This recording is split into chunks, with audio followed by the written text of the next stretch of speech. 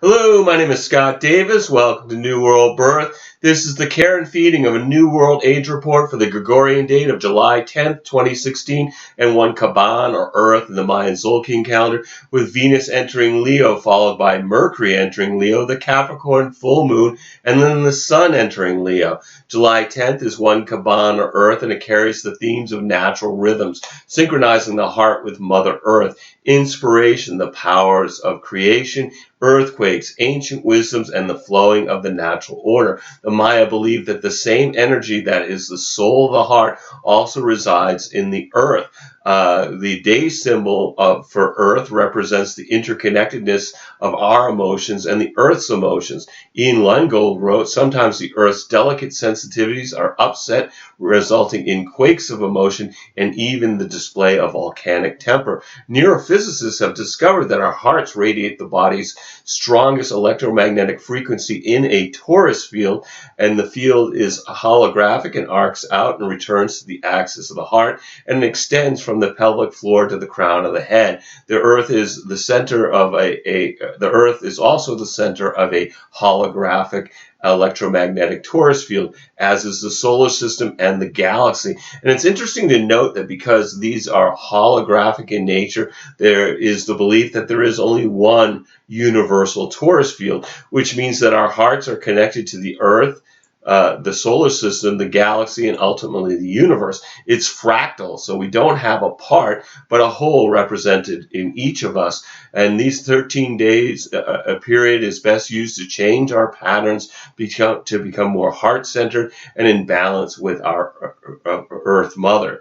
And before I get into the daily energy for one Caban, on the 10th, all the planets appear to be moving direct from our perspective here on the Earth, with the exception of Saturn, Chiron, Neptune, and Pluto, which are appearing to move retrograde or in reverse motion. And remember, the themes of retrograde planets are a review of the past, reevaluate, reminisce, and we can see these themes being played out. Retrograde Saturn in Sagittarius delays success until perseverance and patience are learned. Sagittarius themes are travel, education, adventure, expanding our horizons, and planning for upcoming experiences.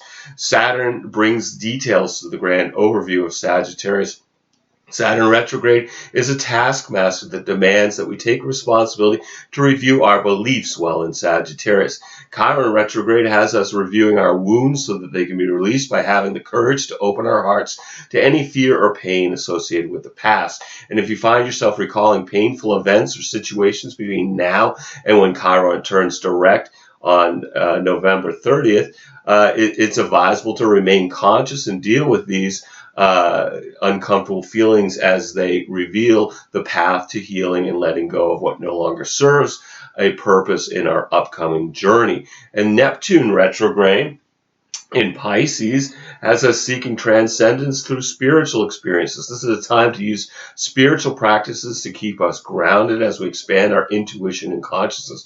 Both Neptune and Pisces, the sign that it rules, tend to be dreamy, imaginative, difficult to nail down due to their qualities of illusion and illumination, often without any way to know which is which. They represent compassion and codependence, selflessness and loss of self, higher purpose and substance abuse in their inspiration to transcend the material plane and experience something beyond words and thoughts. And then we've got Pluto in Capricorn retrograde. This is the planet of transformation through a death and rebirth cycle. And when it's retrograde, it's about reviewing the past. And this is a time to release anything from the past that's a burden to our new path.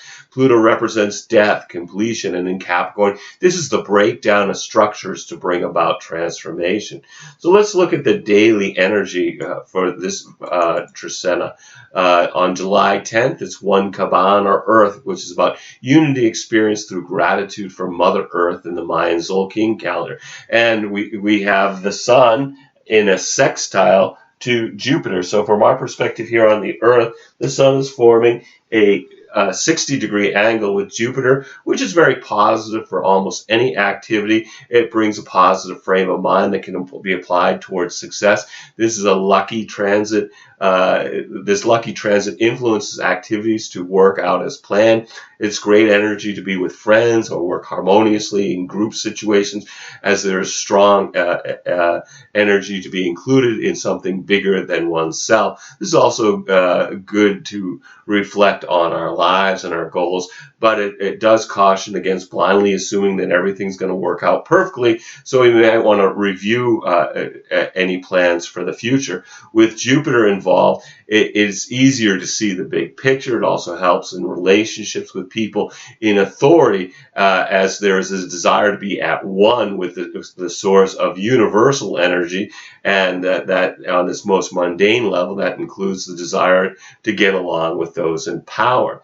And then also on the 10th, we have Mercury, and it's in a trine to Mars. So from our perspective here on Earth, Mercury is forming a 120-degree angle with Mars, which is good for mental work, with more energy than usual, and the willingness to tackle difficult problems. People will be speaking their minds, not to get in fights, but to get their ideas out in the open. This transit brings confidence to express beliefs without fear of letting others know where you stand. This can also bring a certain boldness and innovativeness to plans made at this time. This might be a good day to be aware of other forceful opinions, to avoid having a conflict when voicing your own opinions.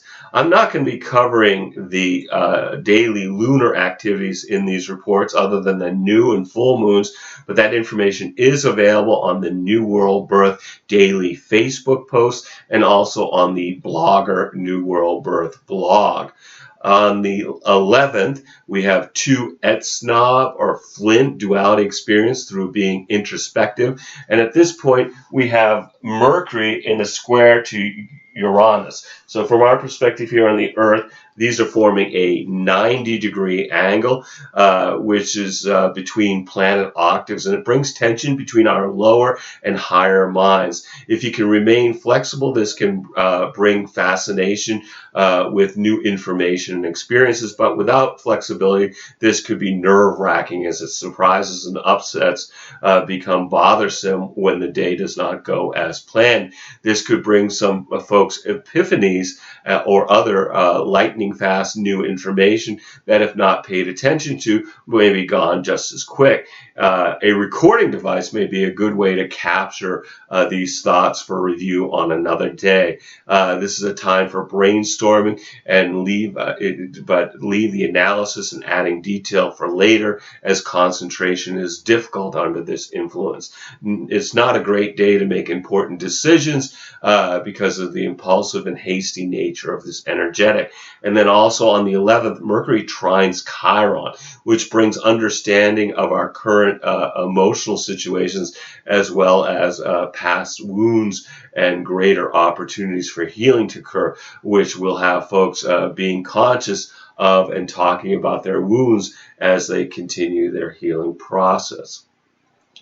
July 12th is 3 Kawak, or storm, which is about taking action through recognizing the gifts of adversity. And at this point, Venus enters into Leo, which brings a flamboyant, dramatic effect on our romances and social gatherings.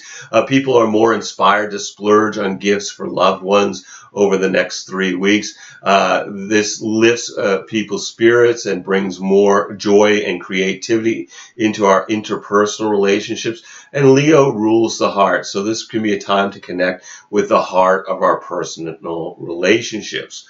The 13th is for Ahau, or stability, for Ahau, or sun, which is about stability through honoring the wisdom and memory of our ancestors, while we have Mercury entering into Leo. which brings 2 weeks of more exuberant expressions and leadership in communication. I expect people to express themselves with a little more drama, less sensitivity, more stubbornness, and with a flair for humor. It would be best to avoid being arrogant or boastful under the Leo Mercury influence. July 14th is 5 Emish or crocodile, empowerment through nurturing new beginnings in the Mayan Zolkin calendar. The 15th is 6 Eek or wind, being in the flow through communication. July 16th is 7 Akbal or night, reflection through contemplating the stars as the sun squares Uranus.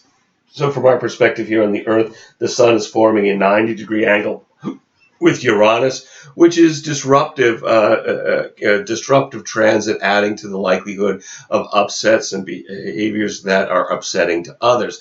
Also, unexpected mechanical problems, a sudden argument, or separation within a relationship. With the sun involved, we're talking about a conflict between egos. Folks will be more likely to feel restless. So it might be important to be conscious of this possibility and find a way to allow this restless energy to express itself rather than being shocked at how it gets expressed unconsciously. This brings us to having accident-prone energy. This is a time of realizing though that accidents are not happening to you; you are creating them. The drive to do something free and liberating is strong. Try to exercise enough consciousness to give it expression without causing damage in your life. And with the Sun-Pluto opposition that we had on the 7th, this really is another week of change, disruption, and transformation of our routines and settled parts of our lives where we have become sedentary and complacent. And then also on the 16th, we have Mercury conjunct Venus. So from our perspective here on the Earth, Mercury and Venus are at the same degree of Leo, which stimulates our appreciation of beauty, whether it be art, poetry, music, people, or nature. It's optimistic in nature and often brings easygoing, pleasant experiences. In Leo, people are more likely to dramatically express their love for each other.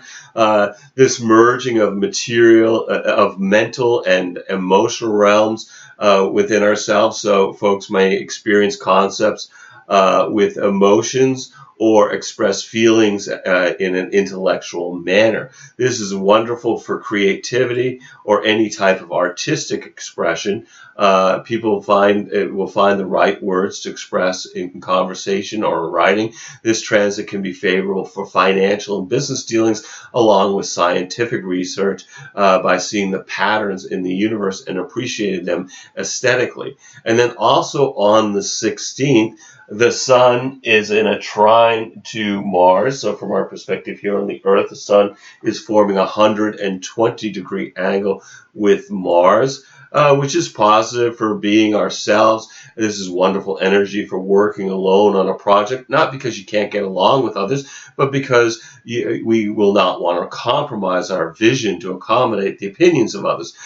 People feel physically vigorous when Mars positively interacts with the sun, so channeling this energy into physical activity is recommended, not only for the health of the body, but it's also has an uplifting effect on the mind and spirit. And this is a good time to look at various projects that have begun in the past but are not yet completed, to assess where they are in their development and our motives in initiating them. What can be completed soon? If there's have been any recent beginnings, are there imbalances that need adjusting? Looking at our own needs and criteria will help us make meaningful the work we engage in at this time. The 17th is 8 con or seed or lizard. This is about balance through planting seeds and making new connections with the sun trine Chiron. This is helpful in supporting healing, opening the heart, awakening our transformation, releasing past wounds as the sun illuminates the emotional realm to bring understanding and wisdom. And then also on the 17th, Mars trines Chiron, which is supportive for taking action to heal wounds, especially those related to sex and aggression. And it brings courage to release the past and allow healing. July 18th is 9 Chan or serpent, patience experienced through being flexible in the Mayan Zolkin calendar. The 19th is 10 Kimi or transformation, manifestation through releasing what no longer serves us. And we have the Capricorn full moon at 27 degrees, 40 minutes, almost 28 degrees Capricorn, supported by Jupiter, challenged by Uranus, stimulated by Mars, and opposed by the Sun in Cancer. Full moons are a time of tension between the Sun and Cancer, which is about balancing security, home, family, with the moon in Capricorn representing work and productivity.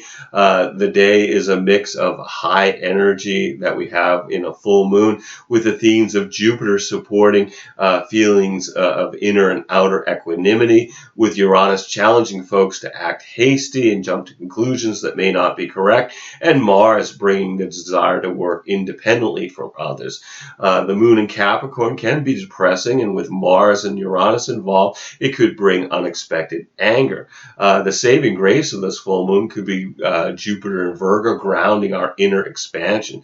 The Capricorn full moon wants us to apply discipline and structure to create something in the material world.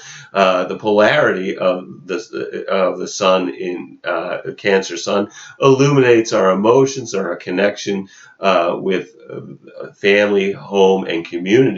And this is the full buck moon of Native Americans when the buck deer grew their antlers. It's also the full thunder moon because of the prevalence of thunderstorms during July. Also on the 19th, we have Mercury in a trine to Saturn. So from our perspective here on the Earth, Mercury is forming a 120-degree angle with Saturn. They're in the fire signs of Leo and Sagittarius. Saturn supporting Mercury may bring our thoughts to more serious concerns. This brings a concentration and attention to detail. And this is careful energy that to be methodical and painstaking. This is good for organizing our environment or your life from a conservative, practical perspective. And counsel from an elder is favored under this influence, or you may just want to be alone in your thoughts and feelings. July 20th is 11 Manic or deer, resolution through being of service to others. And it's interesting that we have the Manic or deer day of this Trecena the one day after the buck moon. So this is also when we have Venus in a trine to Saturn. So from our perspective here on the Earth, again, another 120-degree angle between Venus and Saturn in this case, which brings reliability, stability, and a clearer perspective on our relationships. People will recognize their loved ones as human as long as they live up to their obligations. We are likely to do the same. Venus is also about money, so this may have people being more conservative with their limited resources. Relationships begun under this transit tend to be stable, sobering, and practical, and more practical than romantic. The 21st is 12 Lamont, or star, or rabbit, or Venus. This is about understanding through being grateful for abundant relationships in the Mayan Zolkin calendar. And July 22nd is 13 Maluk, or offering, movement to the next stage through appreciating creation. And at this point, the sun enters into Leo. So just imagine that the handle of the pointer is the Earth, and the actual pointer itself is line of sight. And at this point, we've moved on our orbit down to about here, where the sun is being seen against the backdrop of Leo in the tropical system. And the sun in Leo, this is a place of its rulership. And for the next month's time, we expect more drama, creative energy. People will seem to be more witty, vivacious, chatty. So expect life to turn a little more entertaining when the sun shines on the king of the jungle. And then with the sun joining Mercury and Venus, we have a pride growing in Leo. So no matter what energies are affecting you during the one Earth Trisena, just take some time to be in the flow of the planet by being in nature, watching a sunrise or a sunset, communing with the stars, or being conscious of the moment through introspection, meditation, or being, truly conscious with someone you love. Every day we have is a blessing, no matter what dramas beckon to distract us. We're all giving the performance of a lifetime on this world stage. Just take some time to observe your play as well as acting your part by remembering that you're a spiritual being that's having a human experience. Thank you for checking out New World Birth. The next segment of the care and feeding of a New World Age will be on July 23rd for one Auk or dog, with Uranus turning retrograde, Mercury entering Virgo, Mars entering Sagittarius, the Leo new moon. And you can check us out on Facebook, YouTube, and the Mayan Magics website, as there's New World Birth presences in all those places. And I encourage you to share this information as videos or its text as widely as you choose. And as always, I invite you to contact me at newworldbirth@yahoo.com if you have any questions or wish to schedule a reading. And I am providing readings and wish to make this service available to the greatest amount of folks. So I've created 3 options with 3 levels of compensation. And if you've been thinking about getting a reading, please contact me. I would love to provide you a reading during these uncertain times. You'll need to be able to either call me in Maine in the USA, or we can connect with Skype to receive your reading. We're also accepting donations to keep these reports freely available, and you can contact me at newworldbirth@yahoo.com if you wish to make a donation. And we are definitely in need of some financial support. So if you've been thinking about getting a reading or thinking about giving a donation, it would be greatly appreciated at this time. As always, I'm blessed that you've taken the time to connect with my passion for these ancient mysteries and their application to our journey during this incarnation. The light in me honors the light in you. Namaste, in Lakesh, and really grateful that you connected with these offerings, and hope to connect with you at some point in the future. All right, peace, everyone.